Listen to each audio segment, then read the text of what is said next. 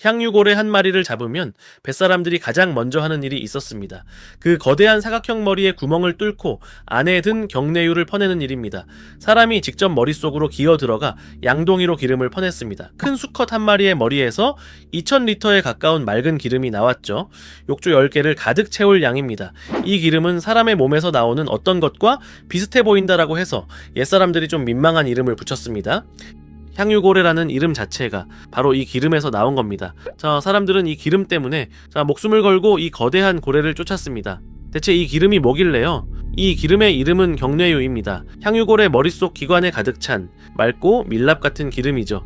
경뇌유로 만든 양초는 다른 기름 양초와 차원이 달랐습니다. 밝고 깨끗하게 타면서 냄새도 그을음도 거의 없었어요. 전등이 없던 시절, 이건 최고급 조명이었죠. 도시의 거리를 밝히고 등대를 밝히고 부잣집의 저녁 식탁을 밝혔습니다. 밝기의 기준을 재는 단위로 이 고래 양초가 쓰였을 정도였어요. 밝기의 기준이라는 말은 비유가 아닙니다. 전등이 나오기 전 사람들은 빛의 밝기를 잴 자가 필요했죠. 네. 그때 기준으로 삼은 것이 경뇌유 양초 한 자루가 내는 빛이었어요. 무게와 타는 속도까지 정해놓고 그 촛불 하나를 1 단위로 삼았죠. 한동안 인류가 밝기를 말할 때 쓰던 잣대는 고래 머릿속에서 나온 초 한 자루였죠. 그뿐이 아닙니다. 이 기름은 아주 정밀한 기계에서도 징하를 발휘했어요. 온도가 크게 변해도 끈적임이 잘 변하지 않아서 섬세한 시계나 기계의 윤활유로 쓰였죠. 산업이 발전할수록 이 고래 기름을 찾는 곳은 오히려 더 많아졌어요. 기름을 얻는 과정은 낭만과 거리가 멀었습니다. 갑판 위에서 고래 머리를 갈라 기름을 퍼냅니다. 남은 지방은 큰 솥에 넣고 며칠씩 끓였죠. 배 한복판에서 시커먼 연기가 피어오르고 사람과 옷과 밧줄에 기름 냄새가 배었어요. 몇 년 만에 항구로 돌아온 뱃사람에게서는 그 냄새가 가시지 않았다고 합니다. 네, 도시의 밤이 밝고 깨끗해질수록 그 빛을 길어오는 바의 위는 더 지저분해졌던 겁니다. 향유고래한테서 나온 귀한 물건이 기름만은 아니었습니다. 아주 가끔 향유고래의 몸속에서 이상한 덩어리가 발견됐습니다. 회색빛에 왁스 같기도 하고 돌 같기도 한 이 덩어리를 용연향이라고 부릅니다. 이건 고래가 늘 만들어내는 것도 아니고 아무 고래한테나 있는 것도 아닙니다. 어떻게 생기는 걸까요? 향유고래는 대왕 오징어 같은 먹이를 먹는데 오징어에는 소화가 안 되는 딱딱한 부리가 있죠. 이 부리가 고래 소화기관을 자극하면 고래가 그 주위를 특별한 물질로 감싸는 것으로 봅니다. 그렇게 오랜 세월 뭉치고 굳은 것이 용연향이라는 겁니다. 말하자면 고래 몸속에서 만들어진 일종의 결석입니다. 용연향의 역사는 아주 깁니다. 사람들은 수천 년 전부터 이 신비한 물질을 귀하게 여겼습니다. 향으로 피우기도 하고 약으로 먹기도 하고 흑사병 같은 전염병이 돌 때는 이걸 지니면 병을 막아준다라고 믿기도 했죠. 정작 이게 어디서 나오는지는 아주 오랫동안 아무도 몰랐습니다. 그래서 바다에 떠다니는 정체불명의 보물이라고만 여겼죠. 이게 향유고래의 몸속에서 나온다는 걸 알게 된 건 포경이 본격화되고 한참 뒤의 일이었어요. 그럼 이게 왜 그렇게 귀하냐? 향수 때문입니다. 갓 나온 용연향은 냄새가 그리 좋지 않지만 오랜 세월 바닷물과 햇빛에 씻기면 아주 독특하고 그윽한 향으로 바뀝니다. 게다가 향수에 이걸 조금 섞으면 향이 훨씬 오래 지속됩니다. 그래서 용연향은 최고급 향수의 재료로 같은 무게의 금에 견줄 만큼 비싸게 거래됐죠. 갓 나온 덩어리가 어떻게 향이 되느냐? 바닷물에 떠다니며 햇빛과 소금과 공기에 오래 씻기는 동안 안에 든 성분이 조금씩 다른 물질로 바뀝니다. 그러면서 처음에 역한 냄새가 사라지고 마르고 따뜻한 향이 남습니다. 바다가 수십 년에 걸쳐 천천히 숙성시키는 것입니다. 그래서 향료업자들은 갓 나온 것보다 오래 떠다닌 회백색 덩어리를 훨씬 높게 쳤습니다. 지금도 이런 일이 종종 벌어집니다. 바닷가를 걷던 사람이 우연히 이 회색 덩어리를 주워 하루아침에 큰 돈을 손에 쥐었다는 이야기가 심심찮게 들립니다. 실제로 몇 해 전에는 한 어부가 바닷가에서 주운 커다란 용연향 덩어리 하나로 수억 원에 이르는 돈을 벌었다는 소식이 전해지기도 했어요. 무게가 수십 킬로그램이나 나가는 큰 덩어리였죠. 그야말로 인생을 바꾼 산책이었던 겁니다. 고래가 미처 소화하지 못한 오징어 부리 하나가 오랜 세월 뒤에 누군가의 인생을 바꾸는 보물이 된다니, 고래 뱃속에서 나온 돌덩이가 명품 향수가 된다니, 바다에서 로또가 따로 없었던 셈입니다. 한 마리 몸에서 등불과 윤활유와 향료가 한꺼번에 나왔습니다. 당시 기준으로 이만한 자원이 없었죠. 사람들이 3년씩 바다에 나가 고래의 머릿속으로 기어든 이유가 여기 있었죠. 그리고 이 이야기에는 대개 정해진 결말이 붙습니다. 다행히 석유가 발견되면서 고래잡이는 끝났다고요? 저도 오랫동안 그렇게 알고 있었습니다. 그 결말이 사실과 얼마나 다른지는 조금 뒤에 보겠습니다. 이 귀한 물건들이 알려지면서 인류 역사상 손꼽히는 사냥이 시작됩니다. 18세기부터 19세기까지 미국의 낸터킷과 뉴베드퍼드 같은 항구는 이 포경 산업으로 어마어마한 부를 쌓았습니다. 향유고래 기름은 당시 세계에서 가장 값나가는 상품이었거든요. 포경선 한 척이 성공에 돌아오면 온 마을이 들썩였어요. 이 사냥은 몇몇 항구를 세계에서 손꼽히는 부자 동네로 만들었습니다. 낸터킷과 뉴베드퍼드에는 고래 기름으로 번 돈으로 지은 대저택이 즐비했죠. 뉴베드퍼드는 한때 미국에서 가장 부유한 도시로 꼽힐 정도였죠. 그 부의 원천이 전부 저 바다의 고래였던 겁니다. 화려한 저택의 벽돌 한 장 한 장이 알고 보면 고래 한 마리 한 마리와 맞바꾼 것이었어요. 고래에게서 얻은 게 기름과 향료만도 아니었습니다. 수염고래 입에 달린 긴 수염판도 아주 요긴한 재료였죠. 질기면서도 잘 휘어지는 이 수염은 플라스틱이 없던 시절 지금의 플라스틱 같은 역할을 했어요. 여성용 코르셋의 살대로 우산살로 채찍으로 쓰였죠. 고래 한 마리가 그야말로 통째로 상품이 됐던 겁니다. 기름은 등불로, 수염은 생활용품으로 버릴 데가 이제 없었습니다. 포경선들은 향유고래를 찾아 대서양을 넘고 태평양을 건넜습니다. 한번 나가면은 몇 년씩 돌아오지 않는 항해도 흔했죠. 세계의 바다 곳곳에서 수십만 마리의 고래가 오직 이 기름과 재료를 위해 목숨을 잃었어요.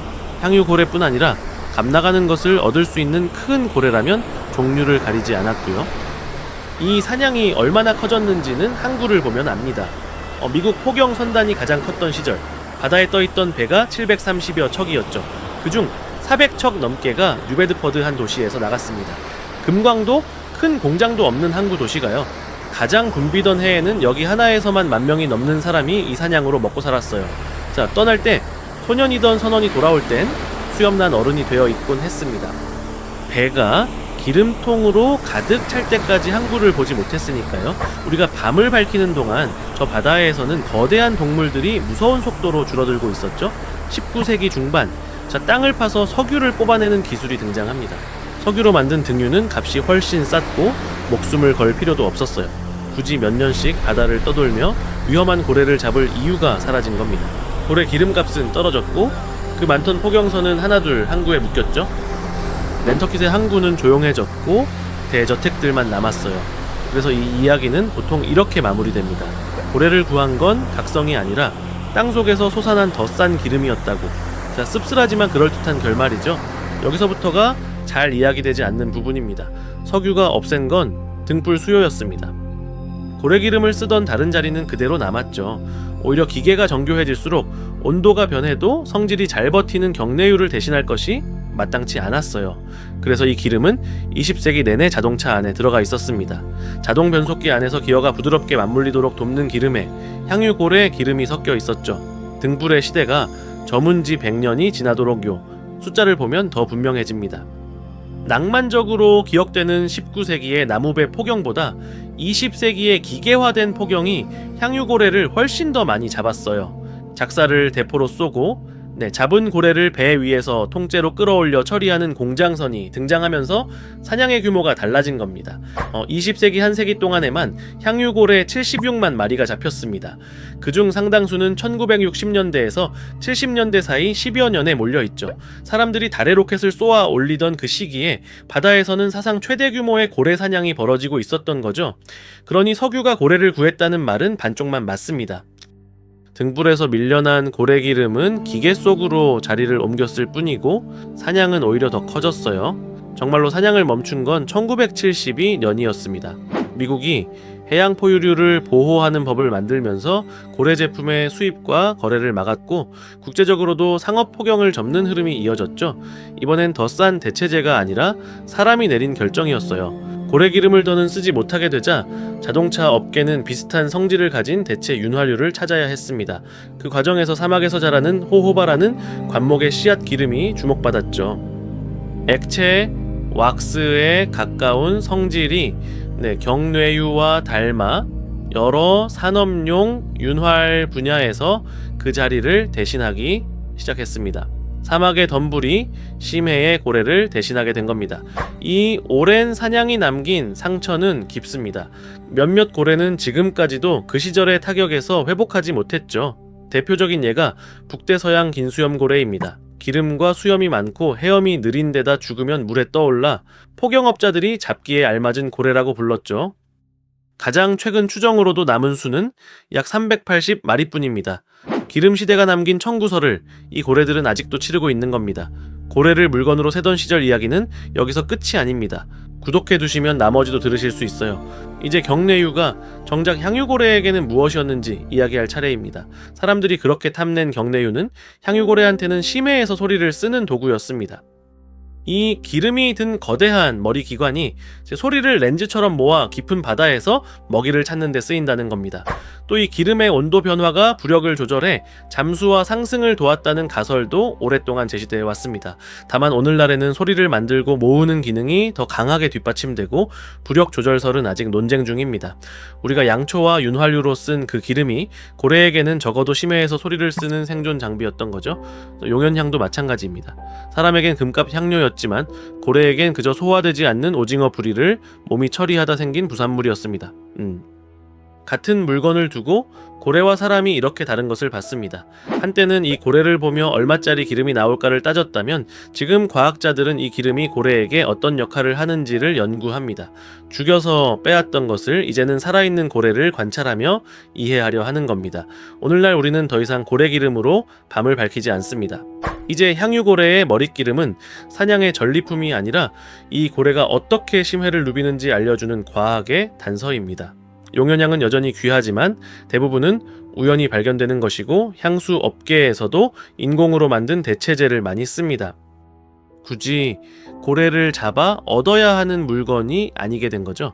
나라에 따라서는 멸종위기 고래에서 나온 용연향의 거래를 아예 법으로 막기도 합니다.